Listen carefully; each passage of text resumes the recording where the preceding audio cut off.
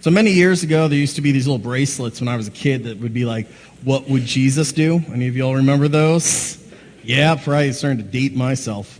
But we used to have these little bracelets, and the irony of that was that people usually, when they would note that, would be noting about like an ethical issue or political issue or moral issue, right? And that was sort of what those had to do with. But the reality is there's so many things in the Bible that Jesus does that we are so quick to like overlook and not realize that maybe those are sorts of things we ought to do too.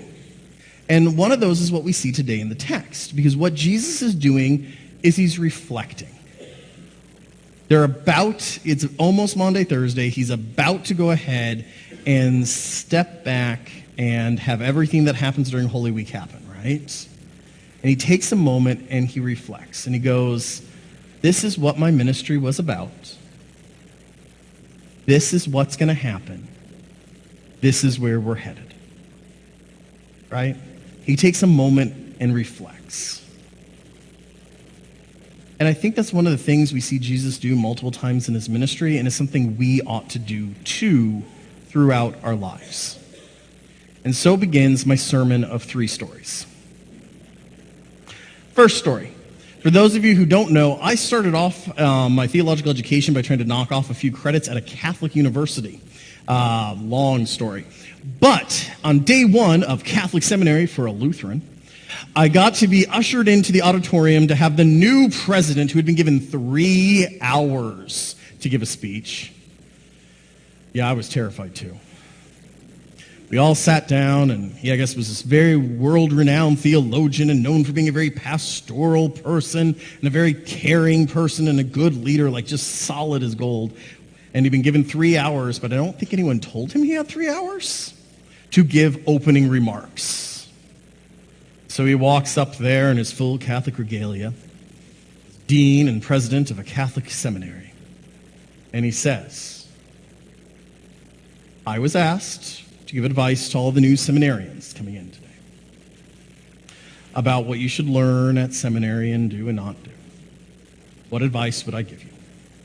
He said, my advice to you is this. At seminary, you'll be asked to do many, many reflections. And you should do your reflections. Because here's the thing about reflecting on your life. If you never reflect or seldom reflect, you end up being a shallow person. However, if you reflect too much, you end up weird. So my hope for all of you seminarians is go out, do your reflections, and when you leave, you end up neither shallow nor weird. And then he walked off stage. That was it. I remember everyone was stunned, and the poor people who had planned lunch next were panicked because it was like 8:15 now. Okay? And at that moment, I thought, well, that was sort of mean. But you know, more I'm a pastor and longer I live, more I ask myself, could I give a better presentation to a group of seminarians than that? And my answer is no. Because he was on to something. If you never reflect, you become shallow. If you do nothing but reflect, you really do become weird. Let me tell you story number 2. So when I was in college, this either had to be my sophomore or junior year of college.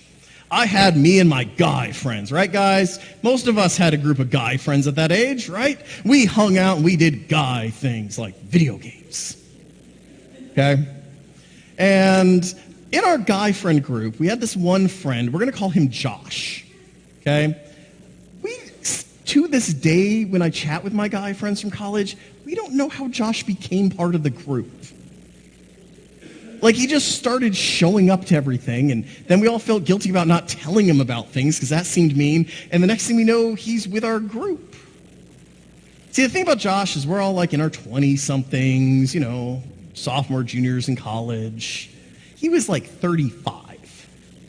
We had been there like 2 to 3 years. He had been there nearly a decade. Now you may be thinking to yourself, it must have been nice to have a doctoral candidate with you. No. He was still working on that undergrad. He had not gotten a declared major when we met him. He, in fact, got kicked out of the university because the registrar is like, no, you cannot take another class until you declare a major. And then he got kicked out for like 2 years and somehow came back. That's when I knew him. And Josh had the most tragic dating life of anybody. And so a typical night, there's this one night, me, Brad, John are hanging out, and Josh was going out on what was like the 16th first date that year. He was going to find love. Now, a few things to know about Josh. Josh didn't always bathe, like for days. 2, Josh only had 3 interests that he could carry conversations about. That was video games, farting, and cars. That's it. You weren't in that, he just sat there quietly. Or tried to steer the conversation to one of 3 things he knew a lot about. Alarming amounts about some of them.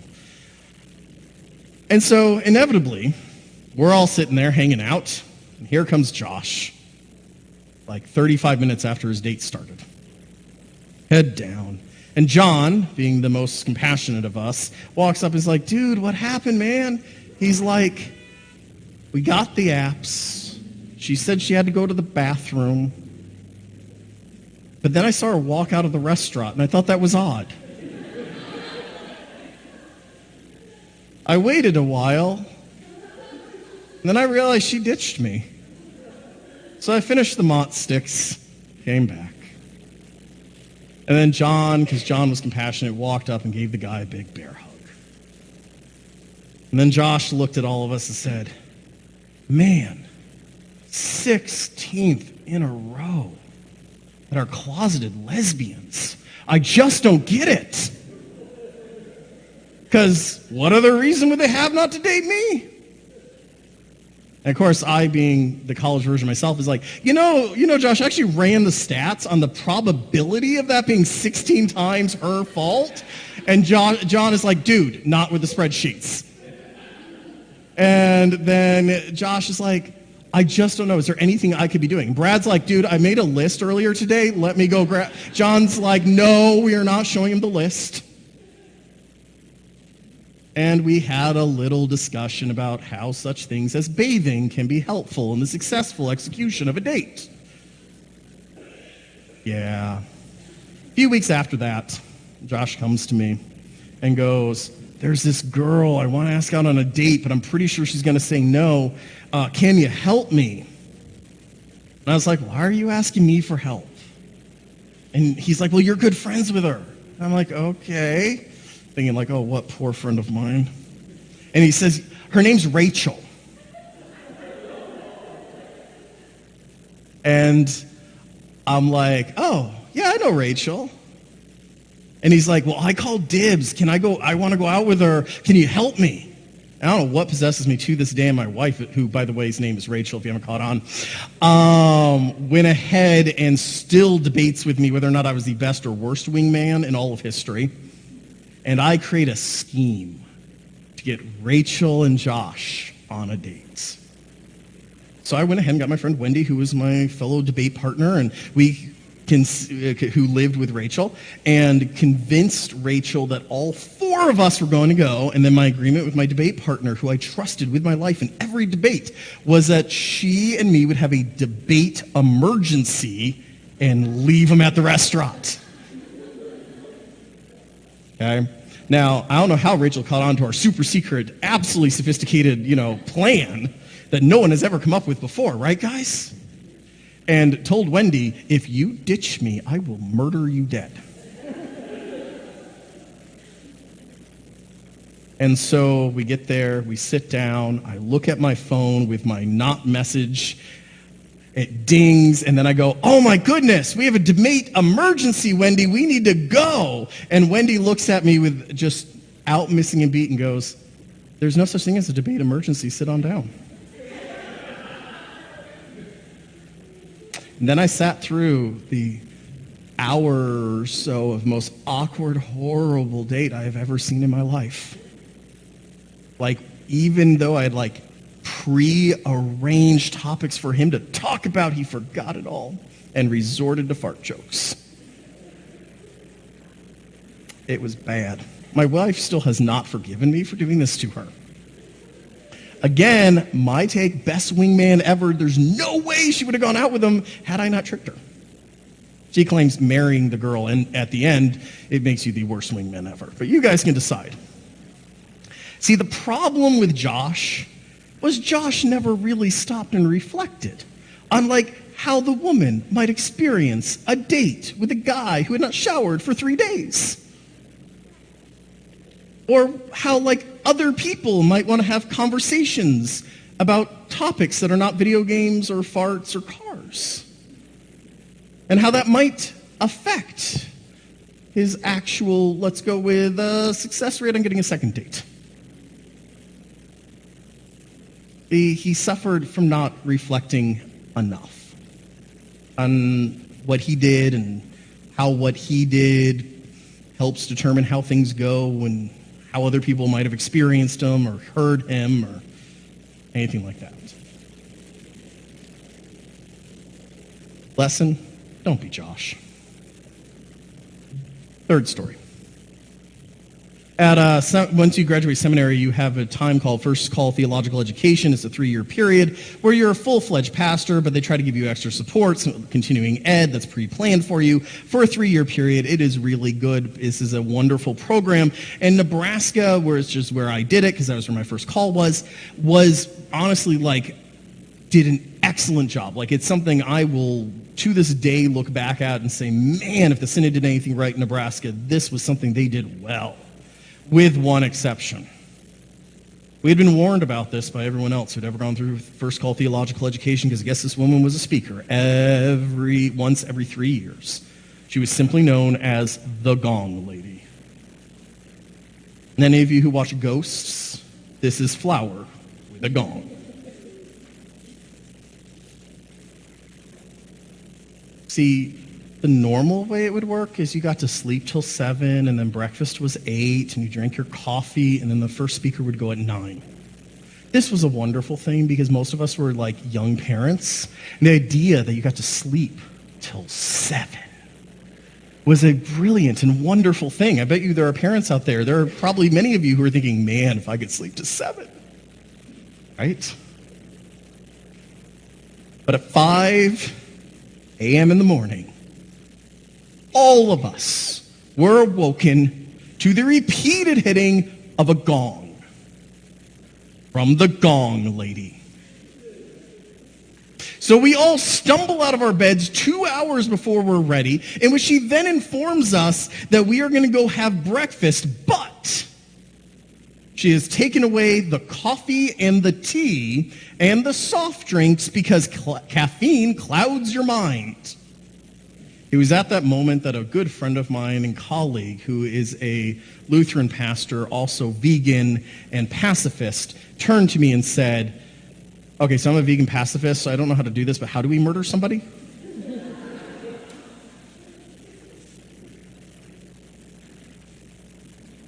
She then ushered us to breakfast and then ushered us into a room where we would be told to relax because we seemed a little out of sort. Coffee and woken up to a gong? And then she would ask us deep questions to reflect on. Like, Matthew, you had toast this morning. You put strawberry jelly, not apricots. What do you think that tells you about your relationship with Christ? And I would be like, it tells me I like strawberry jelly. It was the closest, and you didn't give me coffee, so I just grabbed the closest thing and poured it on. See, the Gong Lady had spent way too many years reflecting on herself. She would introduce herself, here is my name, and then she would give you every study. You know how there's all these personality studies like Myers-Briggs and ethno-whatever, another things, all these things, right? And she would just, hi, I'm so-and-so. I'm a beep, beep, beep, and I swear, like, some of them were BuzzFeed quiz. Like, I think I know what House of Hogwarts she was part of. Okay? and she was just weird.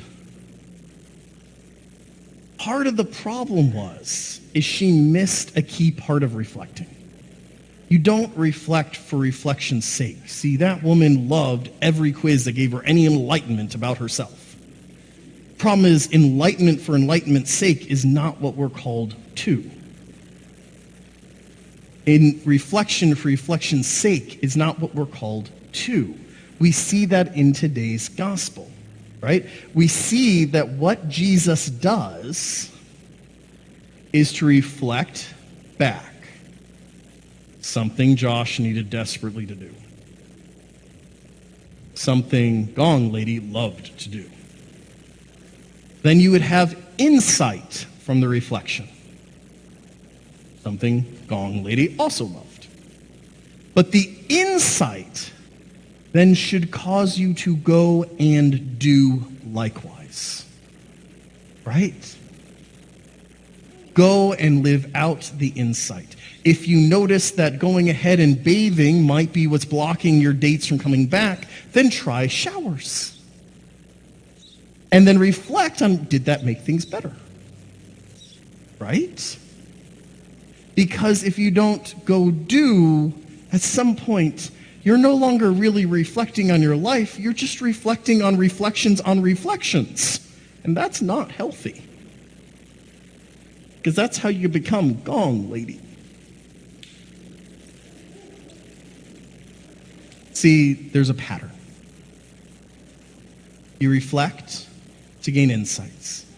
Those insights, however, become actions. And then the actions that you're living give you more life experience on which to reflect.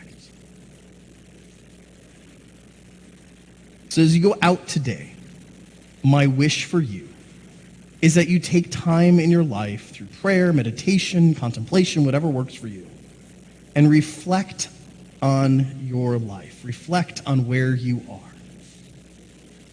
Gain insights and go out and do.